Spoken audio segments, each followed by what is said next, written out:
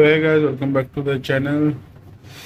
তো আজকের ভিডিওটা হতে চলেছে আমার যে বাইরের টাবের ভিডিও, টাবের ফিল্টারটা ওটাকে একটু আপগ্রেড করতে হয়েছে আবার, বিকজ আগের যেটা ছিল যেটা দেখেছো ওটা খালি উপরে উপরে জলটা হচ্ছিল, মানে কি বলবো, স্প্রেড করছে ওপরটাতেই খালি ফিল্ট্রেশন হচ্ছিল আর ওপরে পুরো নোংরা জমে গেছিল। তারপর ওটা থেকে কি হয়েছিল, জলটা জমে মানে ওর ওপর দিয়ে জলটা স্পিল আউট হচ্ছিল, করে বাইরে পড়ে যাচ্ছিল, তো পুরো নিচে জল ভর্তি হয়ে যায়। তো ওটাকেই আটকানোর জন্য আমি পুরোপুরি জিনিসটাকে চেঞ্জ করে দিলাম। আর এই জিনিসটা অনেকটা বেটার বিকজ কম্প্যাক্ট।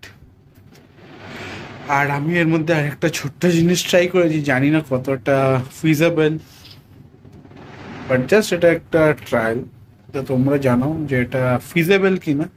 বিকজ আমি একটা জিনিস দেখেছি, যেটা আমার মানি প্লান্টগুলো রয়েছে ওটা তো ঠিক আছে, চলো জল পরিষ্কার থাকে, কিন্তু মাঝে মাঝে দেখি মশা হচ্ছে, তো মশার জন্যই আমি ভাবলাম কটা মাছ ছেড়ে দিই।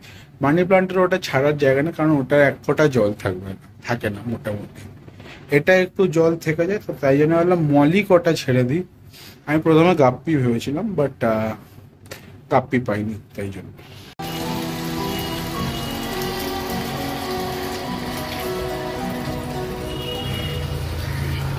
তো দেখতেই পাচ্ছি ওপর লেয়ারটা খুব নোংরা হয়ে যাচ্ছিলো, আর তারপর প্রপার ফিল্ট্রেশন হচ্ছিল না।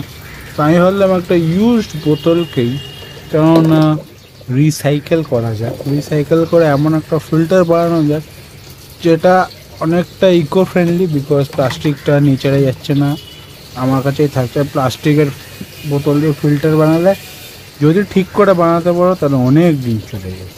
তো আমি মেজারমেন্টগুলো নিয়ে নিলাম, এবার এটাকে তো কতটা কি কাটতে হবে সেটা আমি যাতে ইজিলি বুঝতে পারি, কারণ ট্রান্সপারেন্ট জিনিস ইজিলি বোঝা যায় না। তো আমি একটা ডাক টেপ লাগিয়ে, তোমরা কোনো দড়ি ফড়িও লাগিয়ে নিতে পারো যাতে একটা গোল থাকে।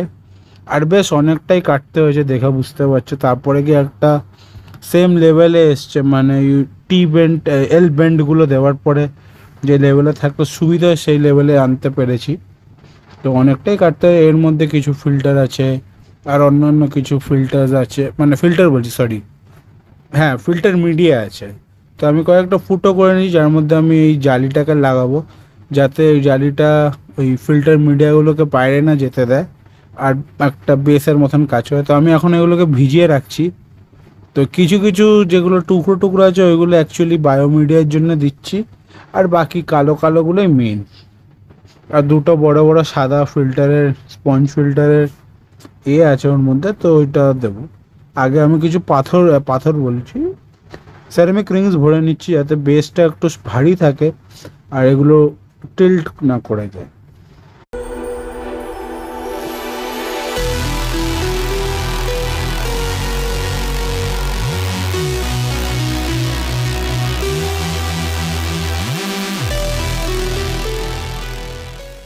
তো তারপর আমি ট্রেটাকে ভরে নিয়ে নতুন পাইপ লাগিয়ে নিয়েছি, আর এখানে একটা মেটাল ওয়্যারের করে যাতে পাইপটা না নড়ে। এটা আগের ভিডিওতে হয়তো তোমরা দেখেছো। আমি একটু একটু করে সব এগুলোকে চেঞ্জ করে দিচ্ছি, মানে পাইপ টেপ যেটা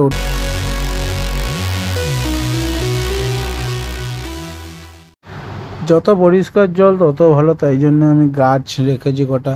অ্যাকচুয়ালি অ্যামোনিয়া কমাতে হেল্প করবে আশা করি, এবার জানি না।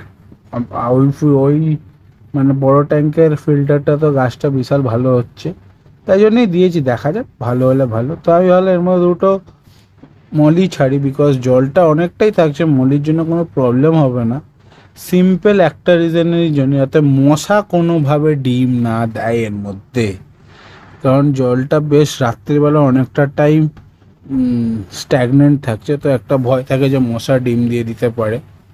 তো তাই জন্যই আমি এর মধ্যে দুটো মলি ছেড়েছি, বাট সাইডলি একটা মলি চাপা পড়ে মারা যায়, তো সেটা নিয়ে কিছু করার নেই, তো তারও রিপ্লেসমেন্ট আনতে হয়েছে আমার।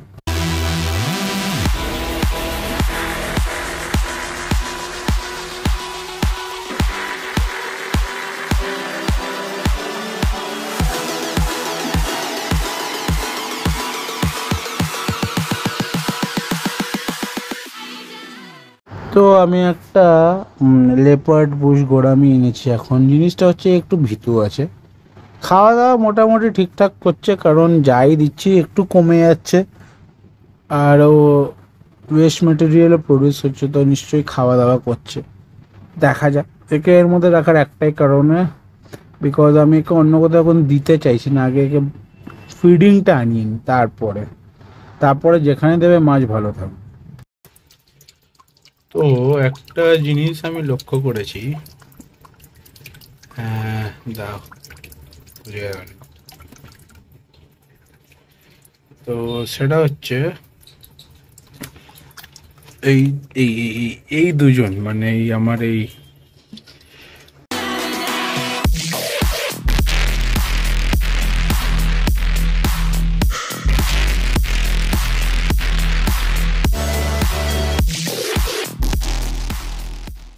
তো এই দুজন খুব ভালো বন্ধু হয়ে গেছে, দুজনে একসাথেই থাকে।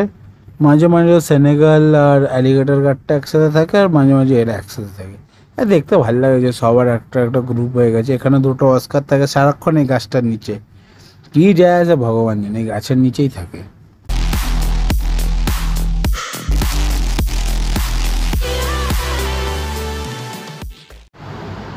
তো মাঝে মাঝে মারপিট করে, আজকে মারপিট করার কারণ একটাই ছিল যে বড়টা এটা একটু, সে একটা ফড়িং ধরে নিয়েছিল। তো ও ভাবছে ওকে এত ভালো খাবার দিয়েছে আমাকে দেয়নি, আমিও ফড়িং খাবো। বাট না, আমি তারপর ওকে ধরে ওর মুখ থেকে ফড়িংটা বার করে ফেলে দিলাম, বিকজ আমি জানি না কী হতে পারে।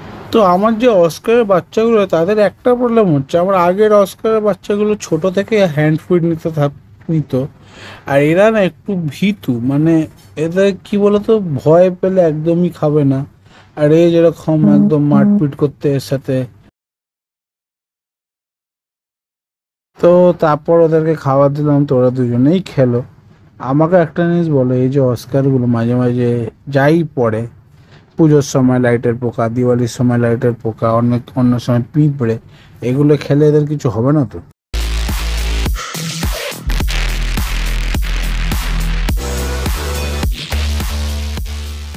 আমি স্লাইড একটু চেঞ্জ করেছি, ওদের মুখটা একটু বেঁধে দিয়েছি, এখানে পাইপের লেন্থটা একটু বেশি করে দিয়েছি যাতে জলটা পড়ার, এখান থেকে কয়েকটা স্পঞ্জ ফিল্টার সরিয়ে দিয়েছি যাতে একটু গ্যাপ থাকে জল পড়ার মধ্যে, তাহলে ফোর্স আর ফ্লো দুটোই থাকবে।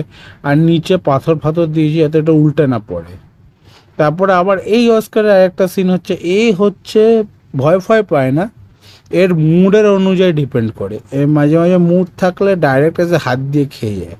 এখন দেখতে পাচ্ছ কত না ওকে ডাকার চেষ্টা করছে, ও খাচ্ছেই না, কিন্তু যেই একটা টুকরো পড়ে গেল ও ঠিক গিয়ে খেয়ে নিল। কিন্তু ও জানে যে আমি ওকে খাওয়ানোর জন্য রেডি আছি, বাট ও আসবে না। আর এই যে অ্যালগি গ্রোথ হয়েছে, এর জন্য আমি একটা জিনিস নিয়ে এসেছি, একটা চিপকুজ, সেটা এই অ্যালগিগুলো আশা করি কিছুটা হলেও কমাবে। এই থার্মোমিটার এখানে ছোটো ল্যাসটা হচ্ছে, এটা হচ্ছে একদম চিপকুটা, এটা ছোটো বাট এটা অনেকটা ফাস্ট বড়গুলোর থেকে, তো আশা করি ভালোই থাকবে। তো আজকে ভিডিওটা কেমন লাগলো বলো, লাইক করো, শেয়ার করো, সাবস্ক্রাইব করো। আর এই যে ফিল্টারের লাস্ট পার্টে যে মাছ ছাড়ে, এটা কেমন, মানে আইডিয়াটা কেমন, সেটাই হচ্ছে মেন কথা। তোমরা জানো এটা জাস্ট একটা আমি ট্রায়াল করেছি, কোনো পার্মানেন্ট নয়, 2-3 দিন দেখবো। মাছ এমনি ঠিক আছে, কারণ কালো যেটা পেয়ার এনেছিল ওটা চাপা পড়ে মারা গেছিলো, ফিল্টারটা পড়ে গেছিলো, তাই জন্য এখন 3 দিকে দিয়েছি যাতে সাপোর্ট থাকে।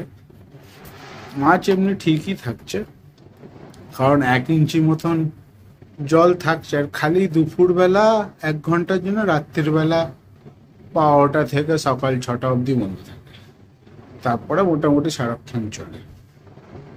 তো জলের লেভেল নিয়ে প্রবলেম, আর এখন লাস্টে একটু চেঞ্জ করার পরে ওটা আরও বেশি জল রাখছে।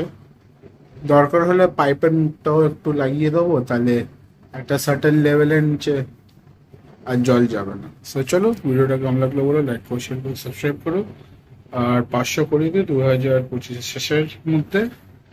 সো দেখা হবে নতুন ব্লগে। So tata.